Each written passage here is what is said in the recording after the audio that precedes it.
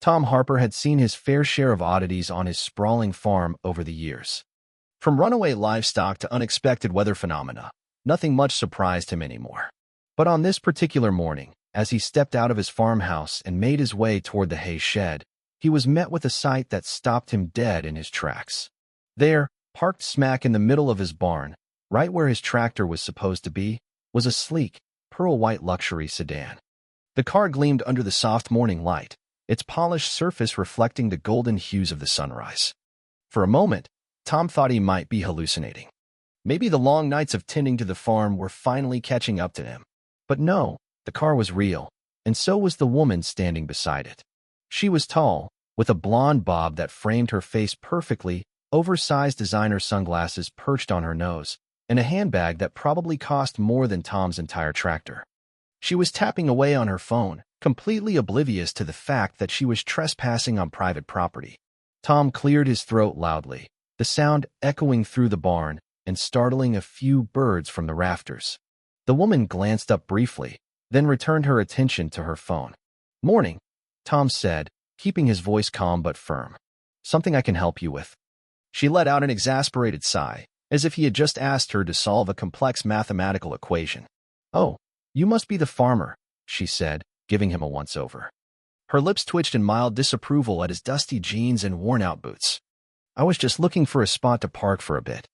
Tom blinked. "You parked in my hay shed." She nodded, completely unfazed. "Yeah, all the other spots were taken." She waved a manicured hand toward the empty field beside them. Tom followed her gaze, then looked back at her. "Ma'am, there's an entire open pasture right there." She sighed again, this time with a little more frustration. "Right, but I needed some shade. Do you have any idea how hot it gets in a car without air conditioning?" She fanned herself dramatically. "Besides, I won't be long." Tom folded his arms across his chest. He had dealt with stubborn animals, unpredictable weather, and the occasional farm equipment disaster, but nothing in his years of experience had prepared him for a full-blown city woman with an attitude. "This ain't a parking lot," he said, jerking a thumb toward the barn. "I need this space to work." She scoffed. "I'll only be a few hours. You can work around it." Tom let out a slow breath, willing himself to stay calm. "Lady, you're on my property. You can't just—" She held up a finger, cutting him off. "I'm on an important call." Tom's left eye twitched. This woman had just interrupted him on his own land to take a phone call. He watched, dumbfounded, as she turned her back to him and started chattering into her phone like he wasn't even there. "No, Brenda, I told you I need the organic soy latte, not that processed garbage." "Just fix it," she said, letting out an exasperated sigh. "Anyway, I'm at some farm or whatever, just waiting until my lunch reservation." Tom clenched his jaw so hard he was surprised his teeth didn't crack. The gall of this woman. The absolute nerve. He could have argued with her, could have yelled, could have called the sheriff and had her towed, but something in his gut told him none of that would work. She wasn't the kind of person who responded to logic. No, she needed something else, something bigger, something memorable. His gaze flickered toward the towering stacks of hay bales lined up just outside the barn. A slow, mischievous grin spread across his face. If she wanted to leave her car here so badly, well, maybe he'd help make sure it stayed put. Tom turned on his heel and strolled toward the barn entrance, whistling. He spotted his farm hands, Jake and Ben, taking a water break by the tractor. "Boys," Tom said, rubbing his hands together. "I've got a job for you." It took less than 10 minutes. The first few bales of hay were stacked gently, almost politely, around the car. But as the woman, Tom had already mentally dubbed her Karen, kept yapping on the phone, blissfully unaware, the boys picked up speed. Soon, hay was dropping left and right, piling up higher and higher. By the time they reached 30 bales, Jake had to stand on the back of the truck just to toss them over. Tom leaned against a post, watching as the final few bales were carefully maneuvered into place. And still, Karen talked. "So I told him, if you're not flying first class, then why even fly at all?" she was saying, laughing as if she had just delivered the funniest joke in the world. Then, finally, she turned and screamed. "What? What have you done to my car?" Tom bit the inside of his cheek to keep from laughing. Karen's pristine white sedan was now a buried treasure, completely engulfed under 50 bales of tightly packed hay. Only the very tip of the antenna peeked out from the golden mass. Karen spun toward Tom, her mouth opening and closing like a fish gasping for air. Move it. Move it right now. Tom scratched his chin. I don't know. Seems pretty stuck to me. Her hands clenched into fists. This is illegal. You can't just bury my car. Tom raised a brow.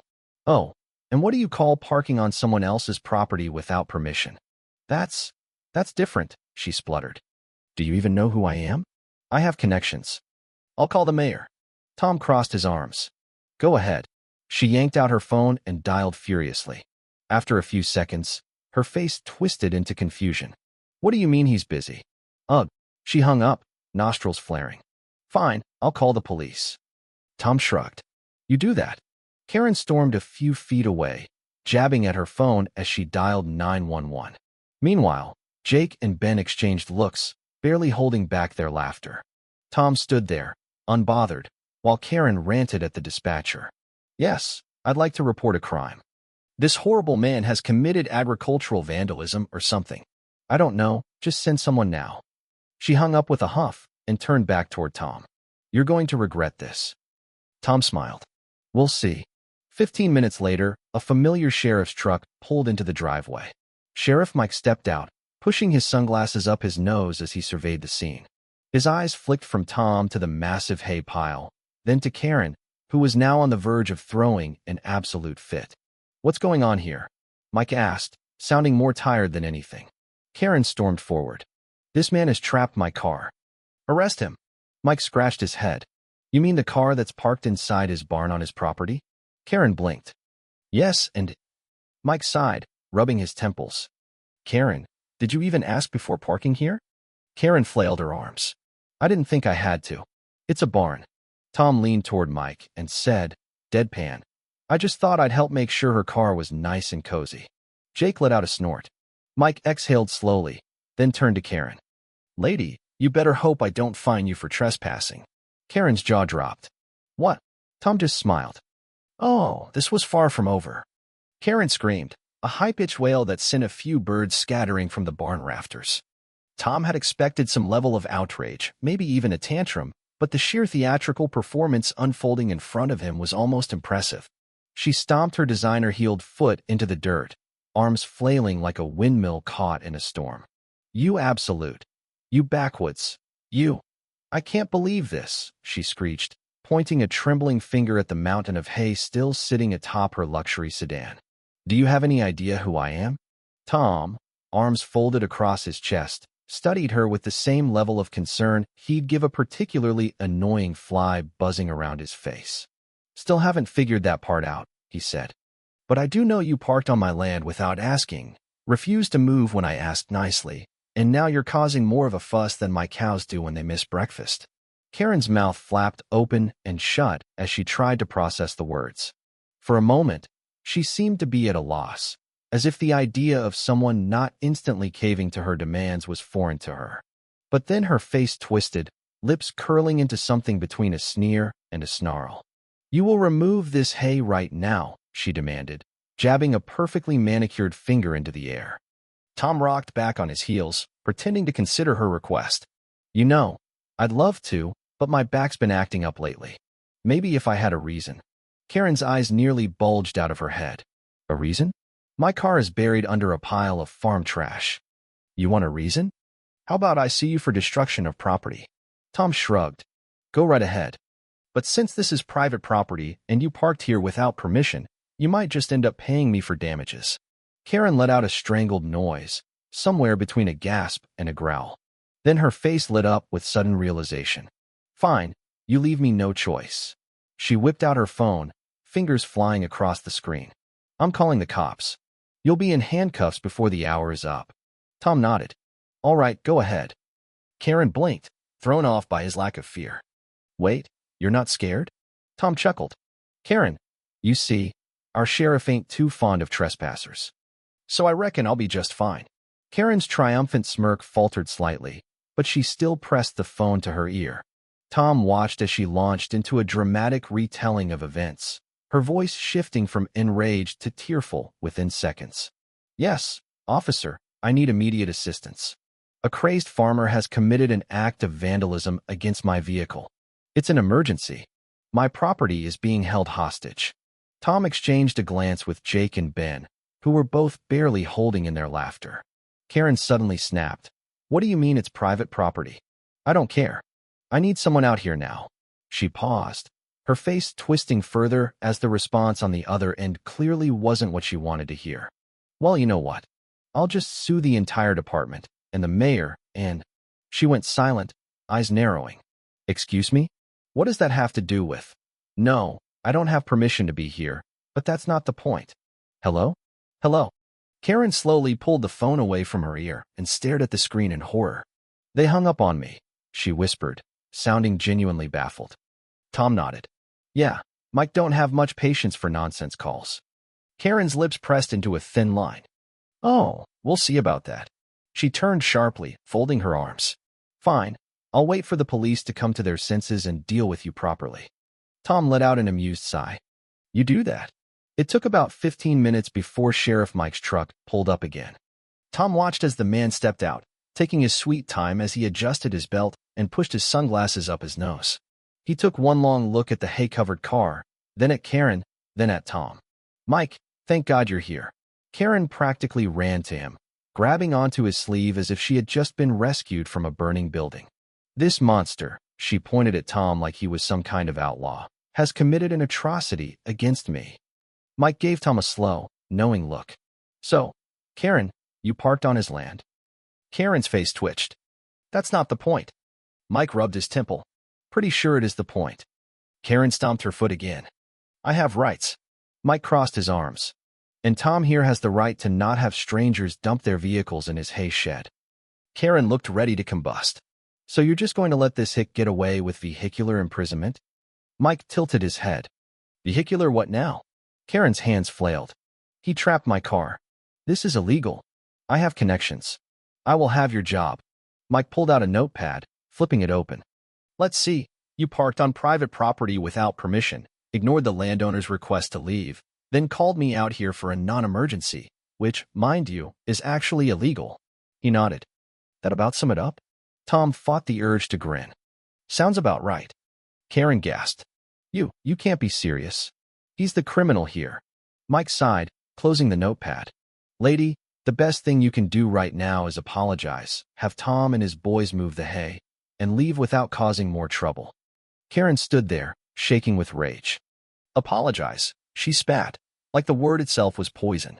I would rather die. Tom shrugged. All right then. He turned back toward his house, making it clear he had no intention of touching the hay anytime soon. Karen sputtered. Wait, where are you going? You can't just leave my car like this. Tom tossed a lazy wave over his shoulder. Sure can. Karen let out a strangled screech. Mike shook his head. I've got about a dozen real issues to deal with today. If you don't want to do things the easy way, you can take it up with the court. But I wouldn't count on them siding with a trespasser. Karen was vibrating with rage, her perfectly styled hair now slightly frizzed from all her dramatic movements. For a brief second, Tom wondered if she might actually explode. But then her shoulders dropped, her nostrils flared, and she clenched her jaw so tight he could hear her teeth grinding. Fine, she finally spat. Get this garbage off my car. Tom smirked. Say please. Karen looked like she wanted to throw something at his head. Instead, she closed her eyes and inhaled deeply through her nose. After a moment, she muttered, Please. Tom clapped his hands together. See? That wasn't so hard. With the help of his farm hands, the hay was carefully removed one bale at a time. But the moment Karen's car was fully uncovered, the real fun began. The weight of the hay had done a number on the vehicle. The windshield had cracked, the roof had caved in slightly, and the doors were completely jammed shut. Karen let out a shriek that probably registered on the Richter scale. Tom whistled low. Well, that's unfortunate. Karen spun toward him, eyes wild. You are dead. Tom just smiled. We'll see. Karen stood there, fist clenched, eyes wild, breathing like a bull about to charge. Tom had seen a lot of angry people in his life, angry cows, angry neighbors, even an angry raccoon once, but nothing quite compared to a full-blown Karen realizing she wasn't going to win. Her face had turned a dangerous shade of red, her hands were shaking, and for a moment, Tom wondered if she might actually start throwing punches. "My car," she choked out, her voice trembling with barely contained fury. "My beautiful, expensive, imported car." Tom tilted his head, pretending to examine the damage. The windshield was cracked, the roof had a slight dent, and the doors weren't budging no matter how hard Karen tugged on them. He let out a low whistle. "Yeah, that's rough," he said, though there wasn't a hint of sympathy in his voice. Karen turned to him, nostrils flaring. "You did this. You did this to my car." Tom shrugged. "I didn't do anything. Just stacked some hay. Gravity did the rest." Karen's eye twitched. You are going to pay for this. I will sue you for every penny you have." Tom sighed, wiping his hands on his jeans. "Well, you're welcome to try. But I have a feeling you're going to have a real hard time convincing a judge that you, someone who trespassed on a private property, refused to leave, and illegally parked in someone's hay shed, are the victim here." Karen's mouth opened and closed, searching for some kind of retort, but nothing came out. Sheriff Mike, still standing nearby with his arms crossed, finally spoke up. "Hate to break it to you, lady, but Tom's got a point. You're the one in trouble here." Karen whirled toward him, eyes practically bulging. "Me? You should be arresting him. This is vandalism. This is property destruction. This is Mike pulled a folded-up paper from his pocket and held it out to her. "This is a fine. $10,000 for trespassing, illegal parking, and filing a false police report." Karen stopped mid-sentence. The color drained from her face so fast that Tom thought for a second she might pass out. Her lips moved, but no words came out. She blinked once, twice, then she let out a strangled sound. $10,000, she whispered. Mike nodded. "Yep. Might even be more if the mayor decides to add damages." Karen let out a sound that was somewhere between a whimper and a scream. That's insane. That's criminal. You can't do this to me." Mike tucked his notepad back into his pocket. "Pretty sure I can. And I just did." Karen was shaking now, gripping her phone like it was a lifeline. "I'll fight this," she whispered, almost to herself. "I'll fight this in court. Tom smirked. "Well, that's one option." He rubbed his chin, as if considering something. "Or, you could make a deal." Karen snapped her head toward him. "A deal?" Tom nodded. "Yep. See, instead of paying that fine, you could work it off." Karen's face contorted. "Work? Here." Tom shrugged. 200 hours on the farm should just about cover it. Feeding the cows, baling hay, fixing fences, he grinned. "You know, real work." Karen's face twisted in disgust. "Absolutely not." Tom nodded. "All right then." He turned back toward his house. "Guess you better figure out how you're paying that $10,000. Karen stood frozen, her entire body rigid. For a moment, Tom thought she might actually take the deal. She looked at the sheriff, then at the fine in her hands, then back at Tom. But just as quickly, her pride took over. She straightened her spine, lifted her chin, and glared at him like he was something stuck to the bottom of her designer shoes. "I'll pay the fine," she spat. Tom shrugged. "Suit yourself." Karen turned away, furiously typing into her phone. Tom could hear the absolute venom in her voice as she called someone. Probably her lawyer, maybe her husband, maybe whoever usually bailed her out of trouble. But Tom wasn't concerned. He had won. The tow truck arrived an hour later, much to Karen's horror. The driver took one look at the damaged car, let out a long whistle, and shook his head. "Going to cost a fortune to fix this," he muttered. Karen looked ready to explode again. She had screamed, argued, even threatened, but the reality of the situation had finally sunk in. She had lost. As the tow truck hauled her car away, she turned back toward Tom one last time, her eyes filled with pure hatred. "You are the worst human being I have ever met," she hissed. Tom smiled. "Ah, shucks.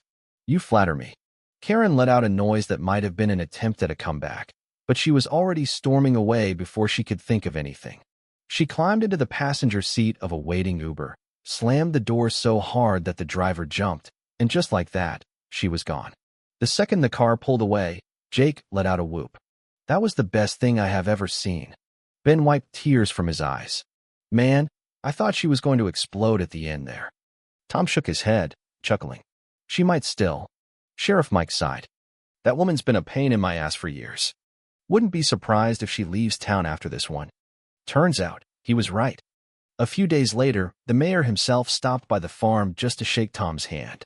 Apparently, Karen had a long history of causing trouble in town, and this had been the final straw. Word had gotten around fast, and by the time the fine had been officially processed, Karen had packed up and left town.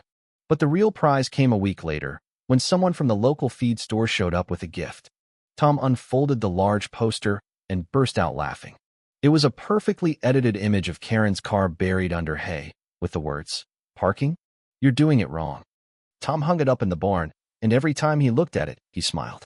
Months passed, and life on the farm returned to normal. But the story of Karen and the buried car became a local legend. It was told and retold at the town diner, at the feed store, and even at the annual county fair. Tom became something of a folk hero, the farmer who had stood up to the entitled city woman and won. As for Karen, she was never seen in town again. Some said she moved to the city, where she could park her luxury sedan without fear of hay bales. Others said she had learned her lesson and was living a quieter life somewhere far away. But Tom didn't care. He had his farm, his animals, and his poster. And every now and then, when he passed by the barn and saw that image of Karen's car buried under hay, he couldn't help but smile. After all, some battles were worth fighting, especially when you won. Thank you for taking the time to listen to today's story on Store of Good Stories.